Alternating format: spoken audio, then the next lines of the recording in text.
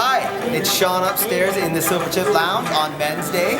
I am chilling with Amanda and Sarah from Molson's. And Sarah, would you like to tell the people? And you're watching episode 6 of Chicopee TV.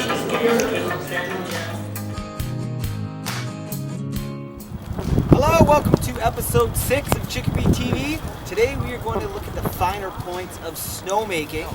We're going to head down into the pump house, which is where we are right now.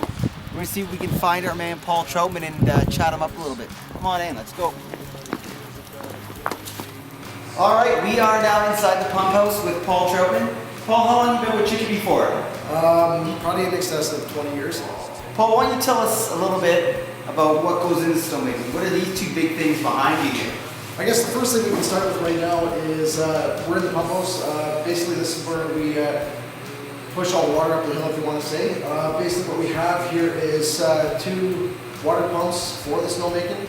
Electrical motors on top of the water pumps. The water pumps themselves, the capacities of the water pumps are 750 gallons a minute at 440 psi. So we have a total of 1,500 gallons per minute that we can pump onto the hill. We're running all our guns, we're trying to fill the hill with snow. What is the absolute max amount of water we can push through these bad boys in an hour, say? In a 1 hour basis, at 1,500 gallons a minute, we can push 90,000 gallons of water onto the hill in 1 hour. That's a lot of water. All right, Paul, this all looks pretty high tech. It's like some sort of flux capacitor. What exactly is this, man, this big deal? Basically what this is, it's a touch screen that actually controls the water pumps. Once we're using the water on the hill, if you want to say this panel takes over. Once we get over a certain PSI and a certain GPM, gallons per minute, it will actually start the second pump to get more water out to the hill for us. Right on. All right, Paul, so we've talked about how we get the water out. We've talked about managing the water. Where does all the water come from though? We're talking about the gallons per minute and gallons per hour. Where does it all come from? Basically all the water that you see, water that we use on the hill is all from the ski club itself. It's all internal. There's no outside source of water supply for the ski club. So basically it's all water runoff from the hill. We do have the option of an aquifer that we do try to replenish the pond with.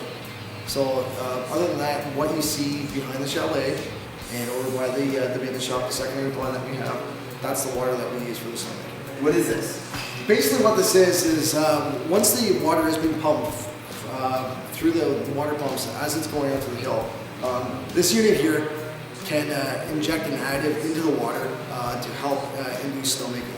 It's a product that will relieve the surface tension of water. So basically what it's doing is it's making it relax a little bit, so then the water droplet itself will kind of spread out more, so that it's a flatter surface, so that it has a better chance of freeze. I don't know if you mentioned, but in total holding, how much water can you hold at any given time? So we're looking at 11.5 to 12 million gallons that we have on the property. How many million gallons of water do you go through when you're blowing on an average season? I know every season's different, but say if you could average out the last 5 to 10 seasons. Basically, the average amount of water that we use per season is about 20 million gallons. All right, Paul. A lot of members and guests at Chicopee, they probably don't recognize where we are right now. But we're at the back of the building that sits just as you get off the north chairlift. That building that you're looking at. What is that building, and what is all this stuff here, man? Basically, the building at the top of the hill is where our air compressor plant or air compressor house is located.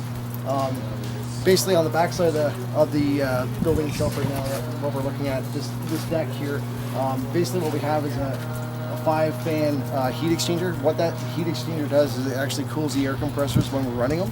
The 2 units on the very end that everybody usually sees with the big fans, what that does is actually cools the air going out towards the hill.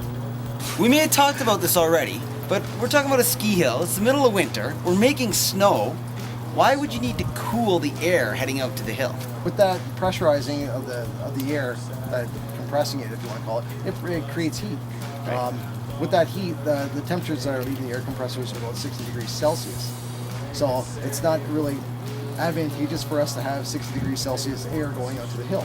The 2 units on the deck here, what they do is they actually cool the air down to about 5 degrees Celsius. Oh wow, right on. The science of snowmaking, who would have thunk it? All right, so after the water is pumped out of the aquifer or the pump. Oh, it's not actually, it's pumped, yes, but it's pressurized from here. Okay, so the water's pressurized, it heads out, it gets hit with the additive. Where does it go? Out of the pump house. Then what happens? Where does the magic happen? Basically, what we have on the hill itself is pretty much each run has a set of pipes, which are we'll call them mains, that run up the side of the trail, and basically you'll see 2 pipes sticking out of the ground. We call that a hydrant location. That's where everything comes out. So each location has pressurized water and pressurized air. Once the water and the air leave if you want to say, the end of the gun, what's happening at that point is the water is, with the pressure that the water is coming out, it's the nozzle at the end of the gun is breaking the water up into a smaller particle. What the air is doing is actually super cooling that smaller particle to make it even smaller and projecting it into if you want to say, the atmosphere, the air, to make it, to give us that, the snow crystal. I hear a lot of people talk all the time about fake snow versus real snow. But is there a real difference? If I were to pick up a handful on any given day, if I were to pick up a handful of snow, can I look at it and go, yeah, this is fake snow?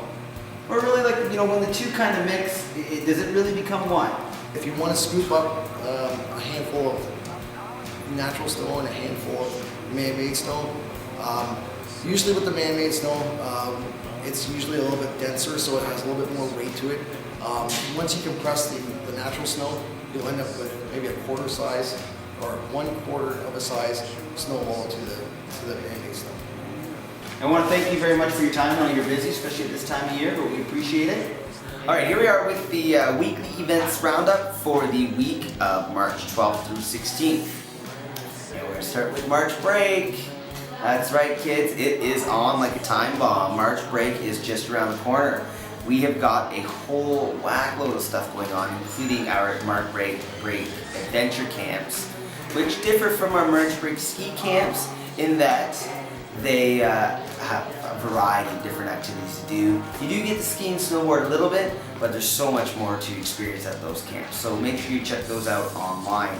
Throughout the March break, we've got so many specials, I can't even list them here because you'll be here all day. So make sure you go to www.discoverchicopee.com so you can figure out all the great specials that we've got going on throughout the entire week. March 18th is our last day of the season, and that's Member Appreciation Day as well. So make sure if you are a member, you come on out. We're going to be hosting a free member barbecue from 2 till 4, as well as beer sampling by Creemore upstairs in the Silvertip Lounge, and on the deck we'll be having a wine pairing for $5, courtesy of our friends at Joseph Estates Wines, and we'll have DJ Flash spinning on the wheels of steel, prizes, goodie bags for all of our members. It should be a great day to kick off the end of the season. And after we shut down and move some snow around, we're going to be hosting our annual snowcross race. The snowmobiles will be out. That's the CSRA Snowcross Championships, and that's March 24th and March 25th. Brought to you by Rockstar Energy and Coors Light. So make sure you join us out that weekend. All right, thank you very much for watching episode 6 of Chicopee TV. I hope you enjoyed the information brought to you by our friend Paul Troutman in the operations department. Now, it was nice to see everybody. It's no time to stick around here. I'll ski you later. Have a good one. See you next week.